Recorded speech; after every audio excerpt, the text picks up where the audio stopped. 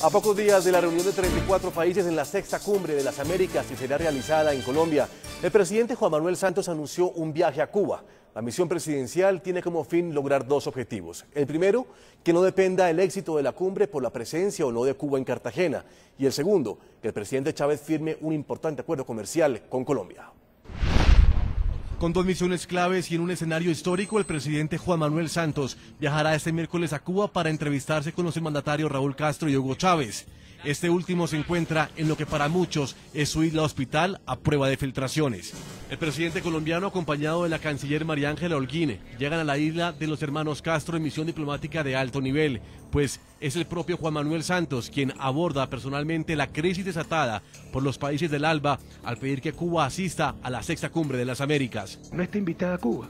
Si no está invitada a Cuba, que no asista a nadie. ¿Cómo es posible que se excluya a un país americano? Con el panorama de la cumbre en peligro por la posible ausencia de los jefes de Estado de los países del ALBA, la canciller colombiana María Ángela Holguín viajó a Cuba.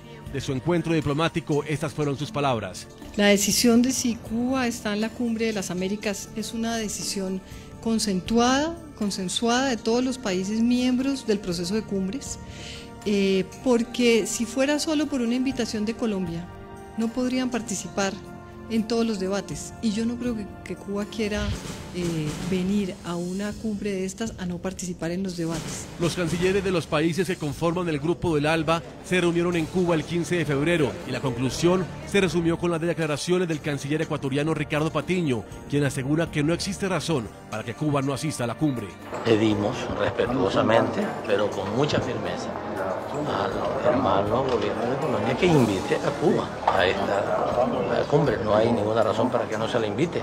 Hemos dicho que no invitarla es correr el riesgo de que esta sea no la última cumbre de las Américas, sino que sea realmente la última cena. Con el peso de las declaraciones del ALBA y al mismo tiempo de Estados Unidos anunciando su participación en la cumbre, desestimando el derecho de Cuba a hacerlo, el presidente Santos anunció su viaje a la isla. Hablar personalmente, como se hablan todos los buenos amigos, con el gobierno cubano, con Raúl Castro, el tema de Cuba en la cumbre que se va a realizar el mes entrante en Colombia. El segundo objetivo del viaje del presidente Santos a La Habana es aprovechar que en la isla se encuentra el presidente Chávez desde el 24 de febrero, donde le extirparon un tumor canceroso.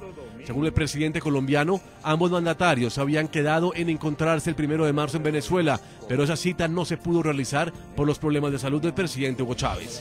Teníamos planeado una reunión el 1 de marzo, afortunadamente no se pudo realizar por los problemas de salud del presidente Chávez, pero hemos hablado para que nos reunamos el miércoles allá en Cuba y podamos, entre otras cosas, firmar lo que íbamos a firmar el 1 de marzo, que son los anexos del tratado comercial para que el tratado comercial pueda entrar en vigencia. Señores canciller Guillermo Fernández de Soto, si de alguna manera el presidente Juan Manuel Santos logra, si no logra que Cuba desista de este deseo de estar en la cumbre de las Américas, ¿cuál puede ser la reacción de Estados Unidos? No, yo quisiera hacer dos o tres precisiones. La primera es que coincidimos con mis colegas analistas en que Cuba no cumple los parámetros democráticos, en eso no hay ninguna duda, ni hay ninguna equivocación. Pero lo segundo que sí hay que tener presente es que esa decisión de la Organización de los Estados Americanos, por la cual se excluía a Cuba del sistema, se anuló en una asamblea pasada de la organización, por lo tanto no tiene ya vigencia, pero es a Cuba a quien le corresponde cumplir con los parámetros de la organización, no es a nadie más, es el sistema interamericano el que dio el primer paso, incluidos los Estados Unidos, será Cuba la que tiene que tomar una determinación.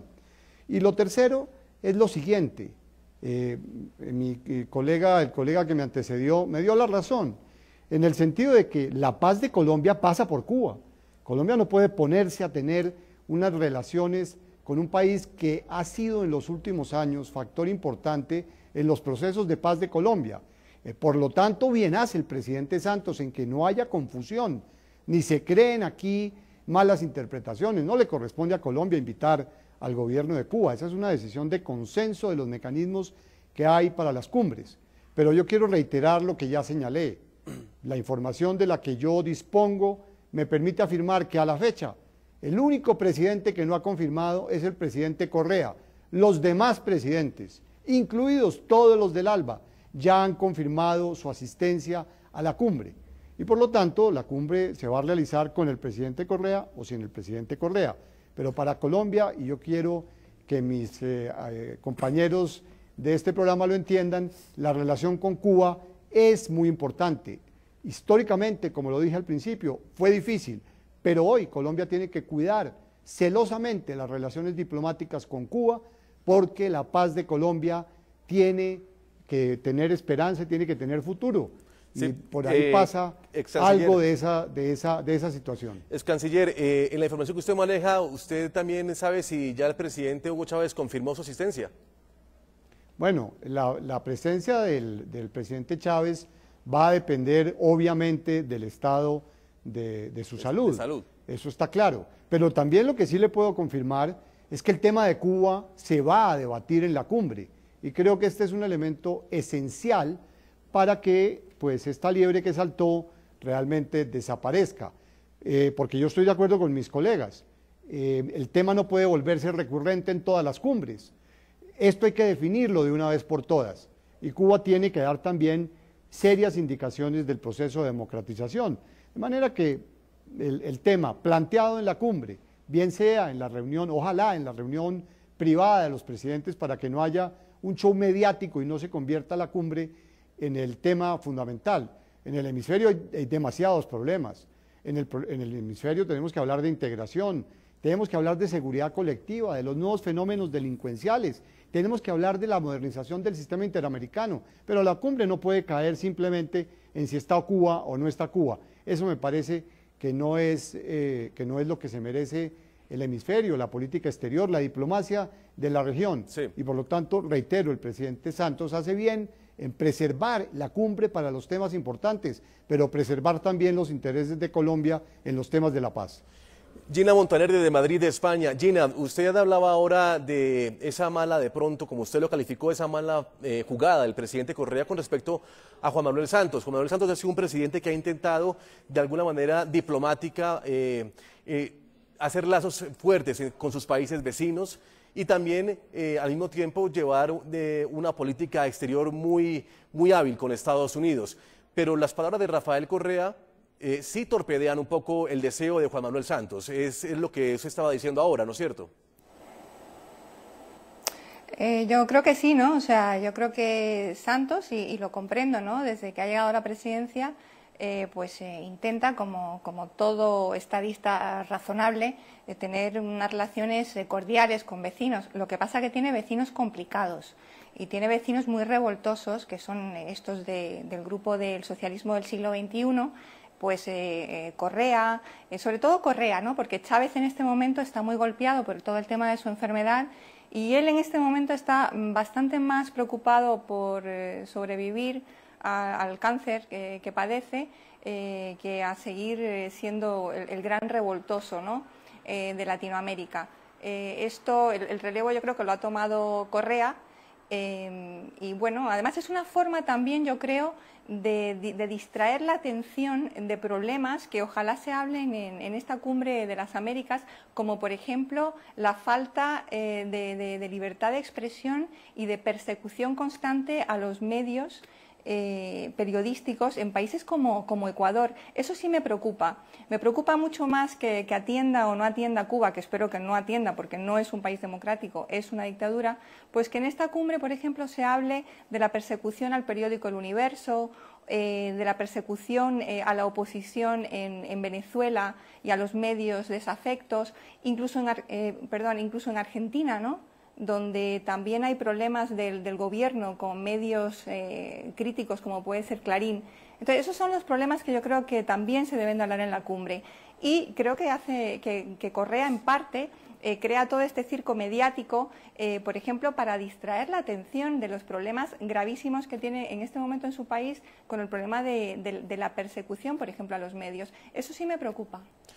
Desde Miami, en Estados Unidos, Ricardo Guanipa. Ricardo, hay quienes dicen que lo que está buscando el presidente Santos es hacer todo lo posible para que nadie lo acuse después de no haberlo hecho y ejercer un trabajo diplomático excelente en el deseo de que esta cumbre salga adelante. En su análisis con respecto a esto, ¿cuál es?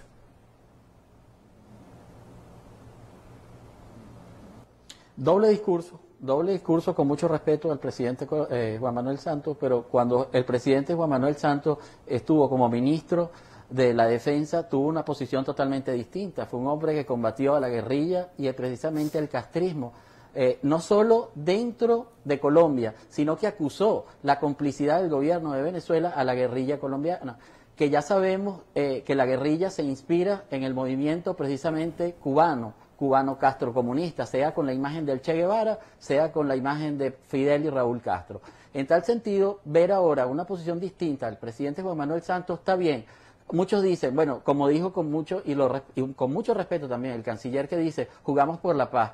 Yo creo que el mundo entero juega por la paz de Colombia, porque son 60 años de violencia que ha sembrado la guerrilla de la FARC y el ELN. Pero vamos a estar claros, el embajador de Cuba en la década, a finales de los 80, fue encausado en los Estados Unidos por los delitos de narcotráfico. Perdone mi mala memoria, no recuerdo el nombre de este diplomático, e igualmente Popeye, que es uno de los sicarios más importantes de Pablo Escobar, confesó y aseguró, e incluso aquí en medios de comunicación de Miami, de que Pablo Escobar mandaba drogas y pasaba por territorio de Cuba y que era autorizado con una clave que le daban precisamente las Fuerzas Armadas para que las aeronaves de Pablo Escobar se abastecieran de combustible en Varadero para seguir hacia los Cayos de la Florida para bombardear la cocaína. En tal sentido, yo creo que aquí hay dos discursos. Evidentemente se juega la paz, pero no se puede ser diplomático también con el crimen organizado. Yo creo que a la delincuencia hay que hablarle con el mazo de la ley y la justicia, pero no con la diplomacia. Hacemos una pausa en la noche de NTN 24. Cuando regresemos seguiremos hablando de este viaje del presidente Juan Manuel Santos a Cuba, vísperas de esta cumbre de las Américas. Ya nos vemos.